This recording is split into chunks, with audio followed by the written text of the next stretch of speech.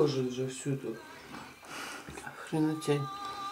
В общем, что рассказывать-то? Про крысу Чучунду. Жил-был царь. Было у него 3 сына. Завелась, короче, у них в амбаре крыса Чучундра. Отправил царь старшего сына. Старший, короче, сын был, ну, короче, бухал по-страшному. В общем, залег он там в амбаре, уснул, просыпается, слышит шорох, кинул 3 мешка. Поднимает первый мешок, нету крысы Чучундры.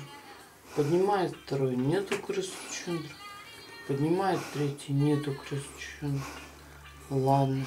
На следующий день царь отправляет среднего сына. Средний сын, короче, наркоман, бабник, там баб понавел, целый сеновал, короче. Утух. Просыпается, короче, слышит шорох. Кинул 3 мешка.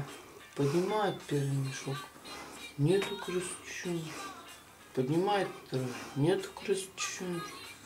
Поднимает третий. Нету крысы Чучундры. Ну ёб твою мать. Ладно. Отправляет младшего сына. А младший там вообще наркоман, блядь, баб целую кучу понавел.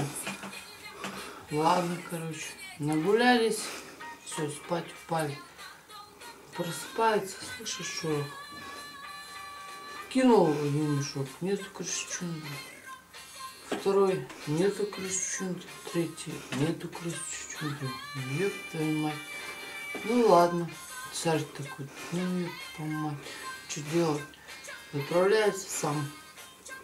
Все, короче, залит там, все спит, короче, там, все. Просыпается. Слышит шорох. Кинул 3 мешка. Поднимает первый мешок. Нету крысы Чучундры. Поднимает второй. Нету крысы Чучундры. Поднимает третий. Нету крысы Чучундры. Так они и не поймали крысу Чучундру.